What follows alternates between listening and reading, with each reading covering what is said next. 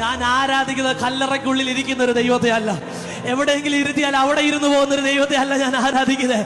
കണ്ണ് ഉണ്ടായിട്ടും എന്നെ കാണാത്തൊരു ദൈവത്തെ അല്ല ഞാൻ ആരാധിക്കുന്നത്.